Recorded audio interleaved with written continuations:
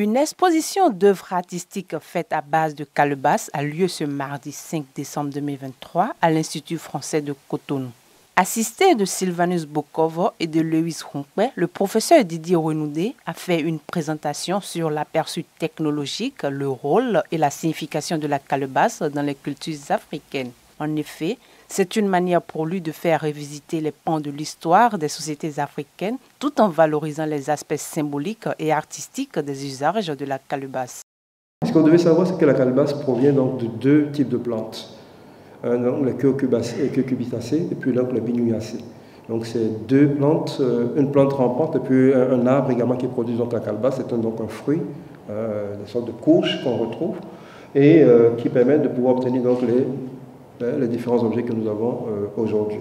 Et donc la calebasse également donc elle est des corps symboliques selon les différentes cultures. Dans certaines cultures par exemple, lorsque l'on décore, on décore la calebasse pour divers éléments.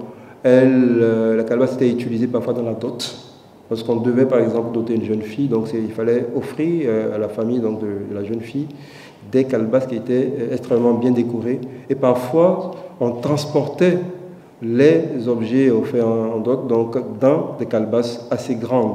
Aujourd'hui, vous voyez, quand on voit par exemple donc, des dots, on voit donc c'est souvent donc, des émaux, donc des éléments en émail, souvent avec lesquels on transporte les objets, ou parfois des grosses bassines en métal.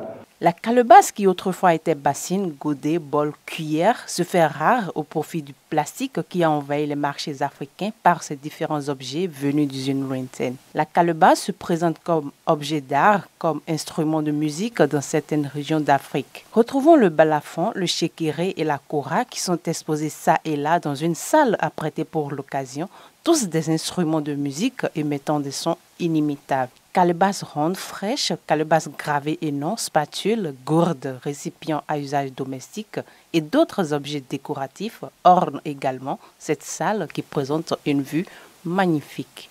Donc voilà un exemple donc, de calebasse travaillée, coupée en deux, cuite et donc prête à utilisation. Et puis, qu'est-ce qu'on en fait?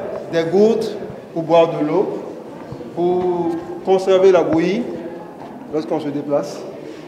Puis donc, un ustensile dans lequel on peut renverser et boire. Vous avez également donc des calebasses dans lesquelles on sert la nourriture pour manger. Ces deux types de calebasses gravées là, c'est que celle-ci, elle est gravée directement, celle qui est blanche là, et celles qui sont à côté sont pyrogravées. Les deux là sont pyrogravées, gravées donc avec un outil avec du feu, ça parle de pyrogravé. Et celle qui est juste à côté, elle est juste donc, décorée donc, à partir donc, de la peinture. Pour montrer à peu près le type de décoration que l'on peut avoir autour d'une casserole. Heureux d'avoir participé à ce vernissage qui est une expérience incroyable, les visiteurs sont fascinés face à la beauté des œuvres artistiques présentées par le professeur Didier Renoudé. La calebasse qui est un objet essentiel des cultures africaines et qui malheureusement est en train de disparaître de nos cultures parce qu'il est remplacé de plus en plus par le plastique dans nos marchés. C'est de vous montrer également que la calebasse est quelque chose qui est très écologique, qui permet donc de moins polluer et de montrer que la calebasse peut encore servir dans un monde qui aujourd'hui est en train de lutter contre le réchauffement climatique, en train de lutter également pour être beaucoup plus écologique. Donc l'idée justement c'est de réhabiliter la calebasse et de montrer qu'elle peut encore servir parce qu'elle est multifonctionnelle. J'avoue que sur le plan traditionnel au Bénin, nous sommes un peu gâtés et cela s'explique par la richesse de ce que nous voyons ce soir, les calebasses. Et pour tout enfant béninois, cette exposition ne peut que vous plonger dans le souvenir de votre enfance, de votre tradition, où la calebasse est d'abord un objet utilisé comme ustensile, un objet de tous les jours. Dans la calebasse, dans nos maisons, dans notre tradition, c'est les parents qui les utilisent, ne serait-ce que pour conserver leurs bijoux.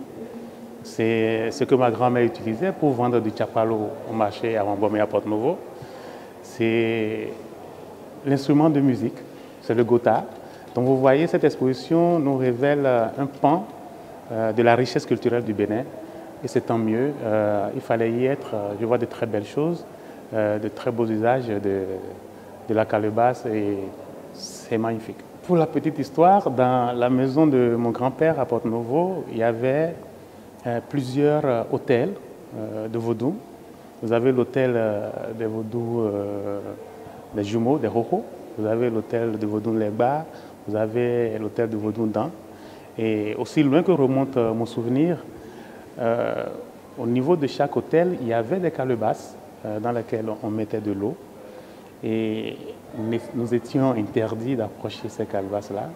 C'est dans ces calebasses-là également que ma grand-mère, après le décès de mon grand-père, faisait la pâte blanche destinée au vaudou, voilà, que l'on mettait pour les cérémonies rituelles. Donc c'est une enfance baignée un peu par la calebasse. Et ce que je vois ici ne fait que renforcer ce sentiment que j'ai, un sentiment de fierté d'être béninois et de l'usage utilitaire que conservent ces calebasses-là, sur tous les plans artistiques et autres, et surtout écologiques.